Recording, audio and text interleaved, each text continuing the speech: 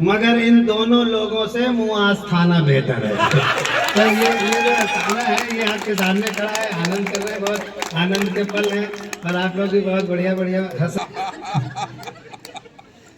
Sir आप DM साहब है ना सर, जिलाधिकारी? हमको बहुत डर लगता है डीएम लोगों से, इसीलिए हंस रहे हैं। और जब डीएम सामने हंसे तो और डर लगता है। की एक अच्छी कवियत्री है, मैं कुछ पंक्तियों से इनको आवाज दूं और आप इनका वातावरण।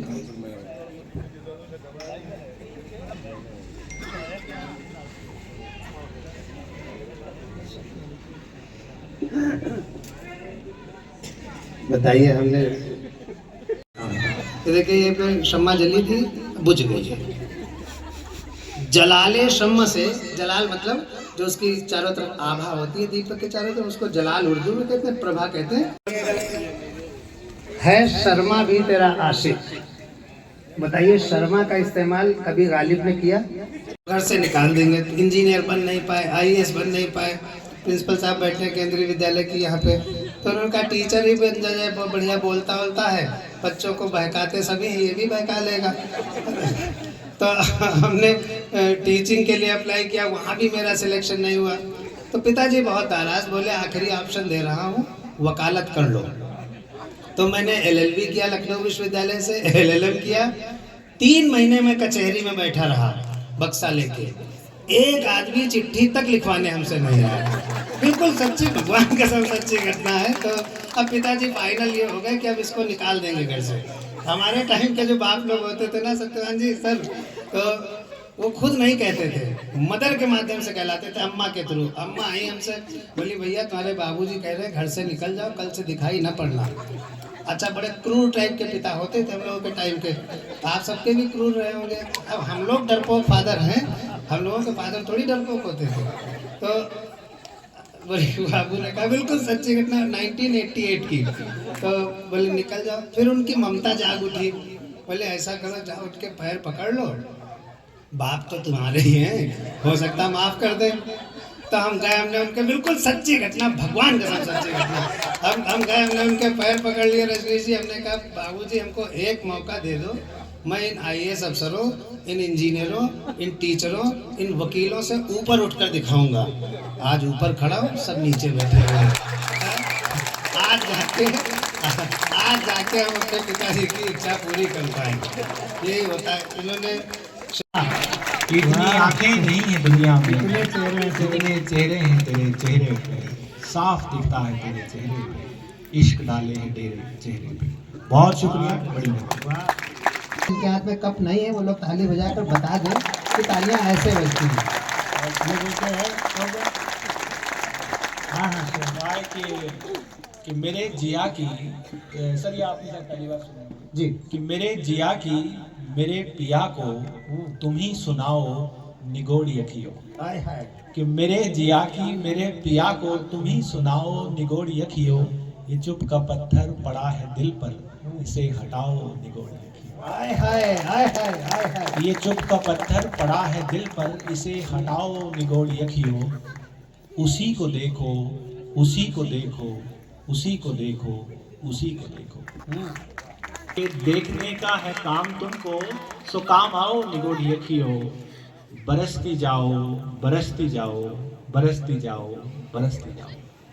कि बरसती जाओ, बरसती जाओ, बरसती जाओ, बरसती जाओ, कि दिल से सब कुछ बहा के उसकी जगह बनाओ निगोड़ी अखियों।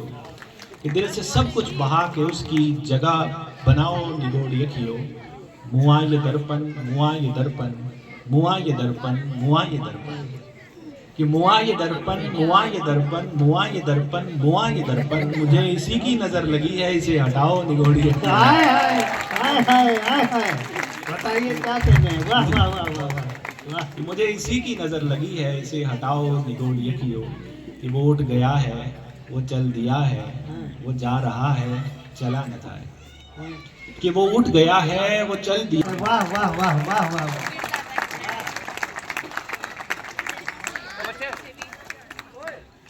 कोई बात नहीं, आप बोलिए, बहुत अच्छा बोल ही रहे हैं।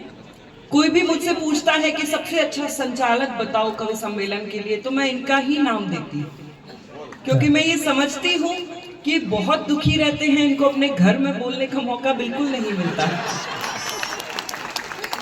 हाय हाय हाय हाय। देता है मेरे चेहरे पे मनमानी। जो लोग वीडियो बना रहे हैं उनसे कहना चाहती हूँ कि मेरे सारी कविताएं आपको YouTube पे मिल जाएंगी, अभी आप लोग बस पूरे मन से सुन लीजिए।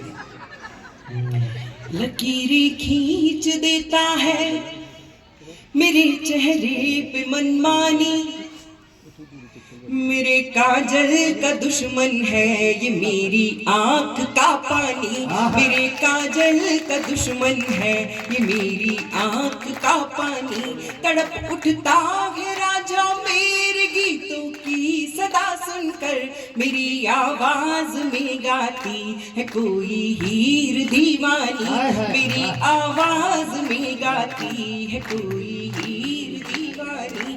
मेरी देखिए यहाँ 690 होता है। तो मैं कवित्री हूँ। कवि कैसे प्रेम करते हैं, 4 पंक्तियों में हाजिर। कभी धरती महकती है, कभी अंबर महकता है, कभी धरती महकती है, कभी अंबर महकता है। कोई मौसम है जो सांसों में रह रह कर महकता है, कोई मौसम है जो सांसों में रह रह कर, बहुत सा मौसम है जो सांसों में रह रह कर महकता है।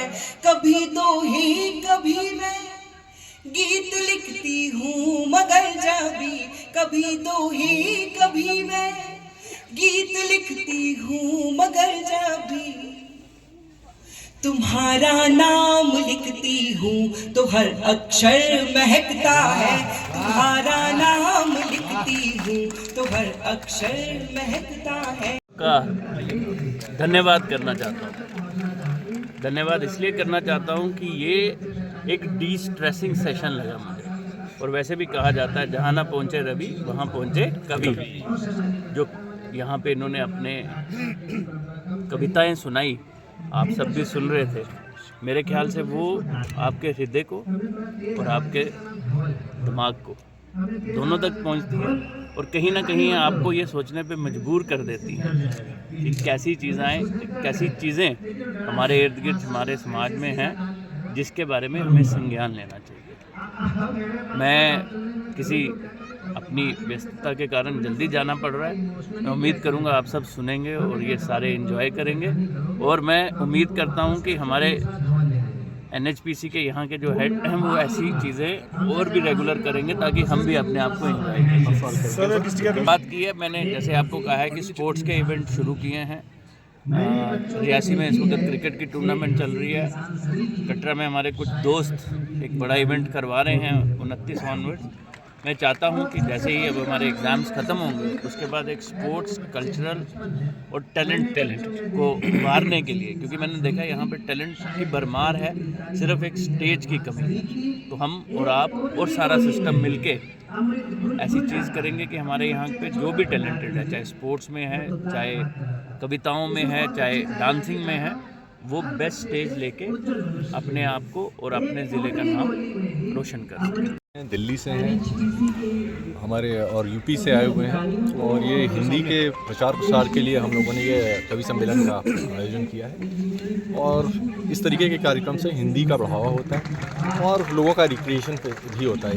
इसी उपलक्ष्य में ये कार्यक्रम कराया गया। सर, जिस तरीके से हम जीते हैं काव्य के माध्यम से, उसको बड़ी सरलता के रूप में बताया जाता है, तो उससे हमें अपने आप को अनुभूति भी होती है कि उससे हमारे को कोरिलेट करते हैं हम लोग, और इसी उपलक्ष्य में हम इसी धारणा के साथ कार्यक्रम कराएं। विषय के लिए है और वीर रस के लिए था इसमें, और कुछ गज़लें थी, कविताएं थी जो अपने दिनचर्या के इससे आप कोरिलेट कर सकें और अपने जीवन यापन में जो इस तरीके के कार्य कर रहे हैं उससे आप जोड़ सकें।